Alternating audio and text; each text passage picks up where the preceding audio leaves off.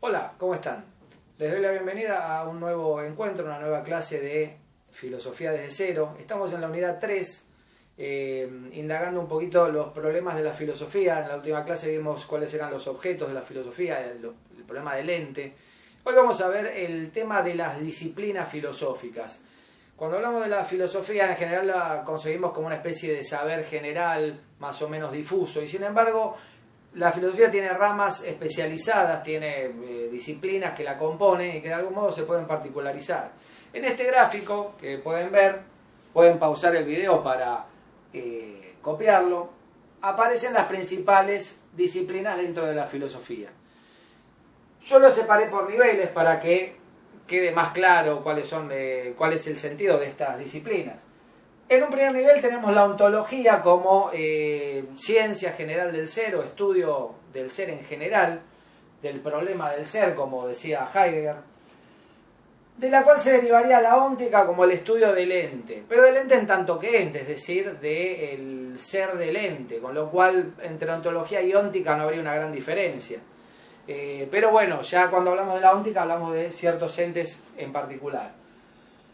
La ontología tradicionalmente se denominaba metafísica, como el estudio del ser, pero a la vez la metafísica tenía problemas especiales, como vimos en Kant, el alma, el mundo y Dios. Metafísica es una palabra que tiene una historia un poco particular, pues deriva de un hecho casi anecdótico, se podría decir, que es el siguiente. En el siglo I después de Cristo, un tal Andrónico de Rodas se hizo de los manuscritos que quedaban de Aristóteles o de textos que se habían ido copiando a lo largo de los últimos siglos y organizó en una biblioteca los textos de Aristóteles por materias. Entonces ordenó los libros de lógica dentro de lo que se llama el órganon. Después venían otros libros como los de ética, los de política, todas las materias que estudió Aristóteles, que fueron muy amplias, los libros de la física, y después le quedaban una serie de libros que trataban de temas un poco difusos que él no supo cómo organizar, y a estos libros los llamó ta meta ta física, que quiere decir aquello que está más allá de la física, o más allá de los libros de la física. De ahí deriva la palabra metafísica, que es de alguna manera lo que Aristóteles denominaba filosofía primera, el estudio del ente en tanto que ente. Por lo tanto, metafísica es casi un sinónimo de ontología. Sin embargo, hoy en día se tiende a usar como el estudio del ser, pero en el sentido del ser supremo, o también de aquel ente que da sustento a todos los demás entes. Por ejemplo, en Platón, la idea; en Aristóteles, la sustancia; en Descartes, el cogito o el sujeto; en Hegel, el espíritu posiblemente, y en fin, en cada filósofo vamos a ver, a medida que vayamos avanzando en la historia de la filosofía, que hay un ente que de algún modo representa lo supremo del ser, o aquello sobre lo cual se sustenta todo lo demás. En ese sentido hay un ser supremo, por definición, que es Dios, y en tal sentido podríamos decir que la teología forma parte de la filosofía. Yo lo pongo entre signos de interrogación, porque seguramente un teólogo diría, no, la nuestra es una disciplina autónoma, nosotros no somos filósofos, somos teólogos, por supuesto, y está muy bien la observación, pero se podría decir que en algún sentido Dios forma parte también de los grandes problemas de la filosofía, y en ese sentido la teología podría ser una disciplina filosófica. Aunque en una época determinada, en la Edad Media para ser más exactos, fue exactamente al revés. La filosofía más bien era una especie de saber sucedáneo a la teología, o algo que servía a los teólogos para pensar el problema de Dios. Bueno, otro nivel lo tenemos representado por las disciplinas que tienen que ver con el saber humano, con el conocimiento. Ahí podríamos hablar de la lógica como la ciencia o la disciplina del pensamiento en general, de, por ejemplo, los argumentos, los silogismos, las falacias, de cómo se organiza el pensamiento humano. La nociología, que puede derivar o no de la lógica, por eso esta línea yo la representé de un modo sinuoso, que es la teoría general del conocimiento, viene de gnosis, que en griego significa conocimiento, y logia, que viene de logos, saber, teoría de, etc., ¿no? Bueno, ¿qué hay que distinguir de la epistemología como estudio o teoría del saber científico? Porque la epistemología no estudia todo tipo de saber, sino el saber científico en particular, o el conocimiento científico. Por eso, nociología podemos verla como sinónimo de teoría del conocimiento y epistemología como teoría del conocimiento científico, ya que viene de epistem, que es ciencia en griego.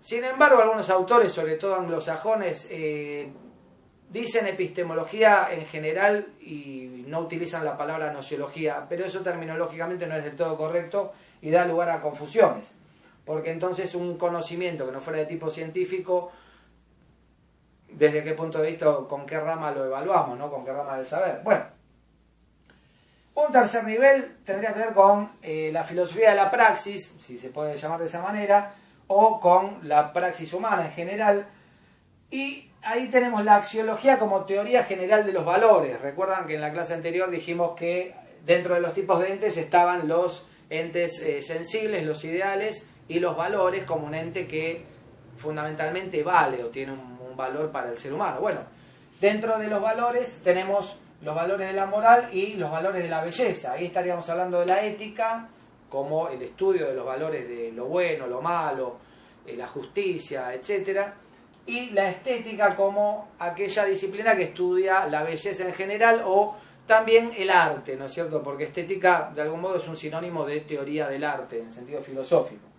Yo incluí en este nivel la filosofía política, aunque en realidad habría que también se podría incluir en este cuarto nivel, ya que la filosofía política tiene que ver con el nivel de la praxis. Sin embargo, no siempre tiene que ver con los valores. Por ejemplo, Maquiavelo es un filósofo renacentista que separa el ámbito de la política del ámbito de la ética. Los distingue y plantea que en política no necesariamente hay que manejarse con valores morales. Bueno, esto es algo que a mí me gustaría que algún día pudiera ser superado y se vuelva a tener una concepción ética de la política. Por eso, a lo mejor más que nada por un deseo personal, lo puse en este nivel, pero correspondería más en este nivel, que es el de las disciplinas filosóficas que tienen que ver con aquellos temas que la filosofía puede tratar o de los que se puede ocupar, que son muy diversos, y ahí podríamos abrir muchas ramas. Yo puse las principales: la filosofía de la historia, es decir, el estudio filosófico de la historia, que no tiene que ver con la historia propiamente dicha. Un historiador no necesariamente hace filosofía, pero sí un filósofo puede evaluar la historia desde un criterio filosófico. Lo mismo la religión, hay una filosofía de la religión.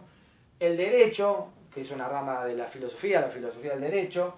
La filosofía del lenguaje, que algunos filósofos tienden a reducir toda la filosofía a una filosofía del lenguaje. Por ejemplo, Ludwig Wittgenstein, que ya vamos a investigar, y los filósofos de la escuela analítica tienden a reducir la filosofía a un estudio del lenguaje filosófico o a veces hasta de la lógica. Y podríamos seguir agregando temas. Podría hablarse de una filosofía del género, que hoy en día está muy en boga, por ejemplo. Hay muchas ramas que se podrían abrir a partir de ahí.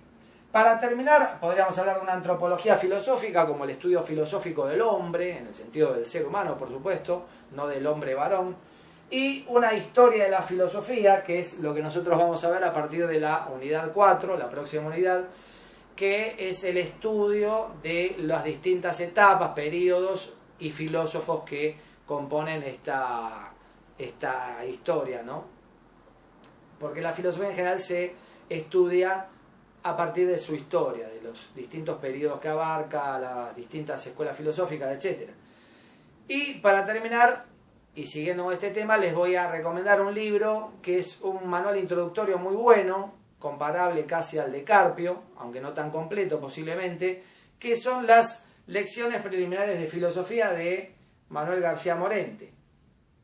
Es un libro ya clásico, escrito a principios o a mediados, digamos, la primera mitad del siglo XX, que también es un compendio de las lecciones que este catedrático ilustre daba en la Universidad de Tucumán, y que de alguna manera resumen la totalidad de la historia de la filosofía, pero también muestran una introducción general a todos estos temas, a todos estos problemas de la filosofía, a las distintas áreas de investigación de la filosofía. Así que es un libro que les recomiendo, las lecciones preliminares de este ilustre profesor, que fue también traductor de muchos filósofos clásicos de la modernidad.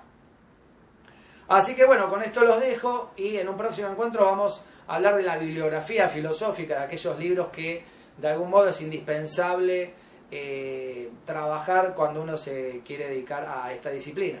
Les recuerdo, si desean suscribirse al canal y nos vemos próximamente. Gracias.